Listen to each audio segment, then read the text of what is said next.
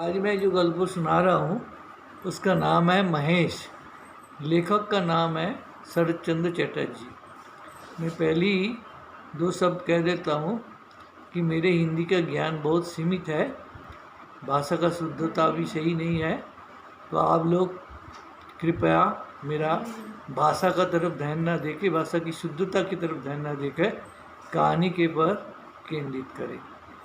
कहानी ऐसा है, एक गांव था जिसमें सारे ही परिवार हिंदू ज़्यादातर ब्राह्मण कायस्थ वगैरह परिवार थे।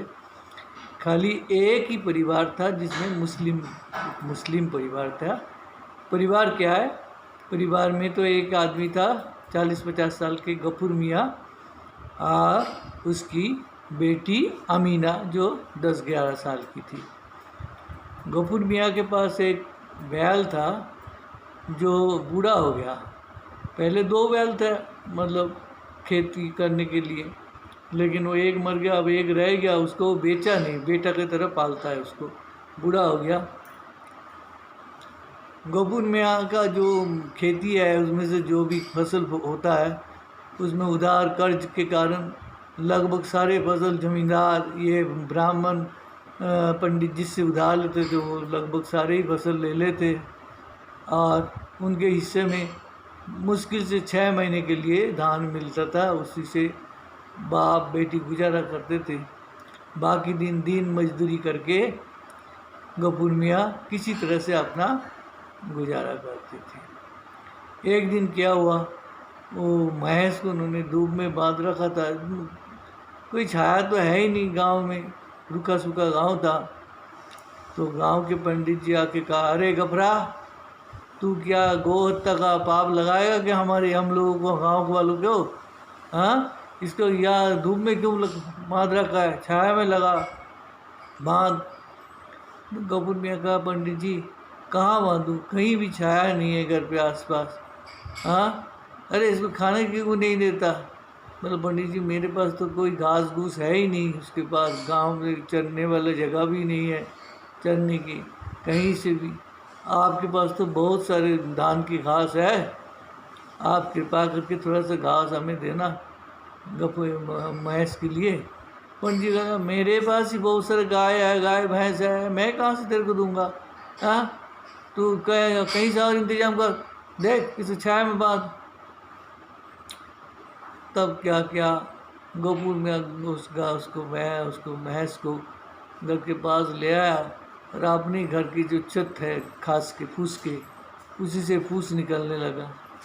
उसकी बेटी अमीना कहने लगी, पापा ये अब क्या कर रहे हो, घर की छत से फूस निकल रहे हो? पिछले साल बरसात में चारों तरफ से पानी टपक रहा था, हम लोग कितने मुश्किल से केवल इधर उधर सो रहे थे। अब इस साल तो आपने छत में नया घास डाला ही नहीं, अब फिर आप घास निकाल लो पापा। बोले, बेटी वो नहीं है, पुराना घास है, कुछ नहीं गल रहा है, यही दे रहा हूँ मैं इसको। तो इसी तरह से वो काटने लगा। फिर क्या हुआ, एक दिन महेश जो गफूर मियाँ का बैल था और रस्सी तोड़ के जमींदार के खेत में चला गया। वहाँ जाके चरने लगा। जमींदार के नुमाइंदा आगे जमींदार साहब को बताया, फिर लिया पकड़ के लिया उसको। तो उन्होंने आके महेश को बांध लिया। फिर गफूर मियाँ को बुलाया, गफूर मियाँ देख तेरा बैल आके हमारे कितना नुकसान किया हमारे फसल के, अगर हुजूर गलती होगी, अब क्या करे हुजूर, भूखा है, पेट भर के घास चारा मिलता नहीं इसको, मैं क्या जानूँ? आप जो कहेंगे वही सजा। तो ठीक है, तू ये ना नाग रगड़, इतनी 1 2 फीट 3 फीट 4 फीट 5 फीट नाग रगड़, तब तेरे को छोड़ूंगा। तो गफूर में क्या क्या मिट्टी में नाग रगड़ा, फिर जाके मैं उसको वापस घर ले आया। इस तरह से दिन कट रहा था बड़ी मुश्किल से। फिर एक दिन गफूर मियाँ बीमार पड़ गया था। फिर 3-4 दिन से वो बीमार रहा। बीमारी के बाद जब थोड़ा सा ठीक हुआ तो घर में तो खाने पीने की कुछ भी नहीं था। उसने जाके मजदूरी करने चला गया, बीमारी हालत में ही मजदूरी करने चला गया। सारे गांव में घूम घाम आया, कोई मजदूरी मिला नहीं। फिर आके उसको कहा, बेटी को कहा कि बेटी मेरे को थोड़ा पानी पिला। अरे इससे पहले क्या हुआ, जिस दिन उस महेश को कुछ भी मिल नहीं रहा था तो गफूर मियाँ कहा था, अरे बेटी चावल के जो पानी बचता है वो देना इसको महेश को। तो उसके बेटी का पापा, चावल के पानी भी तो बचता नहीं, सारे चावल सूख जाता है, चावल में ही सूख जाता है। बेटी भी इतनी समझदार थी जो चावल के पानी भी कम से लेता जाती, चावल में ही वो सूख जाए। तो इस तरह से गफूर उसका महेश को खाना चारा मिलता ही नहीं था।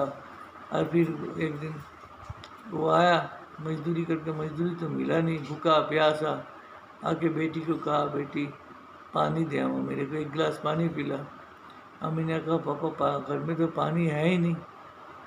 तो तू इतनी बड़ी लड़की है, घर में तू खाती पीती है, 10 टाइम खाना खाती है, तू करती क्या है? तो एक गिलास पानी तक नहीं ला सकती है?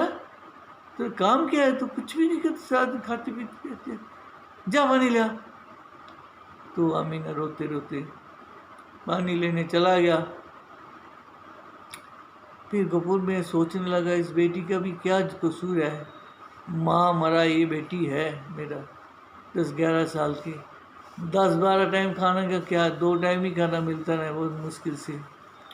और पानी भी कैसे मिले, मुसलमान है इसलिए कोई कुओं में से तो पानी भर नहीं सकता, कोई लोग दया परबस होके अगर पानी उसके कलश में डाल दे तो ही ला सकती। कितनी देर तक खड़ी रहती है, मिन्नतें करते हैं फिर कोई, क्योंकि सारे हिंदू परिवार है, ये मुसलमान परिवार को तो कुएं में पानी लेना मना है, जैसे डायरेक्ट सीधा पानी लेना। कोई दया परबस होके देते डाल देती तो ही, जो भी हो। अमीना फिर एक मटका पानी लेके आया। पानी लेके आते ही महेश को बहुत प्यास लगी थी, महेश को भी बहुत प्यास। वो रस्सा तोड़ के अमीना के ऊपर जाके पानी के घड़ा में मुंह लगाया। अमीना से डर के मारे अमीना से पानी की कलश गिर गया और सारे पानी नीचे गिर गया। महेश वो पानी पीने लग गया, मटके में, टूटा हुआ मटके में जितनी पानी था वो पीने लग गया। इतने में गफूर मियाँ का दिमाग एकदम गुस्से में भर गया। अब उसने आग ना देखा ना ताप देखा, वो जो उसका हल का जो नुकीला हिस्सा वो उसको फेंक के मारा महेश के ऊपर।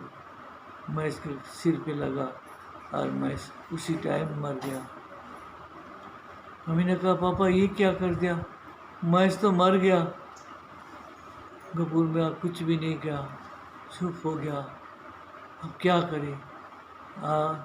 फिर क्या हुआ, इससे पहले क्या हुआ, अमीना कई बार उसके पिताजी को कहा था, पापा हम लोग चलते हैं हावड़ा के पास, चल चट मिल में, जो बोरी के मिल होता है, बोरी सिलाई वाले हावड़ा के पास, वहाँ हम चले जाते पापा, वहाँ तो काम दामा मिलता है, 2 टाइम खाना मिलेगा, यहाँ किए क्या पड़े हैं आप गाँव में। तो उसके पिताजी बार बार कहते, नहीं वो चट मिल वाले में, वो बोरी वाले मिल में रहना ठीक नहीं है, वो आदमी की इज्जत नहीं रहते, आबरू नहीं रह सकते। तो उस दिन चुपचाप दिन तो कट गया था। रात का अंधेरे में गफूर मियाँ का, अभी चल बेटी सामान समेट ले, हम चलते हावड़ा की चट मिल में काम करने के लिए। बोले, पापा चलना है? बोला हाँ। फिर अमीना क्या किया, पीतल के 1-2 थाली उली जो भी था सामान जचाने लगा। तो गफूर मियाँ कह, नहीं पीतल के थाली वगैरह सब रख दे, ये हमारा महेश का प्रायश्चित करने के लिए लगेगा। और चल जो भी 2-4 सामान और जो कुछ लेके ज़रूरी है वो लेके हम चलते हैं चट मिल में हावड़ा के पास, वहाँ हमारे रिश्तेदार वगैरह भी आए, वहाँ चलते हैं। चलते जाते जाते घर की तरफ देख के फिर एक बार आकाश की तरफ देखा, सारा आकाश में तारे भरे हुए थे। उस तारे की तरफ देख के गफूर मियाँ कहा, हे अल्लाह तेरे दिया हुआ पानी जिसने मेरा महेश को पीने के लिए नहीं दिया, तेरे दिए हुए गोचर भूमि जिसमें लोग गाय व बकरे चरते हैं, वो हमसे रो जमींदार लोग छीन लिए। इन लोगों ने इतने पाप किया, भगवान तुम इनका कसूर कभी माफ़ न करना। ये कह के गफूर मियाँ अमीना के हाथ पकड़ के चल दिया। मेरी कहानी यहाँ ही ख़त्म होता है। कैसे लगी आप अपना लाइक दीजिए, शेयर करें और सब्सक्राइब करें। भूल त्रुटि के लिए धन्यवाद, क्षमा करना, धन्यवाद।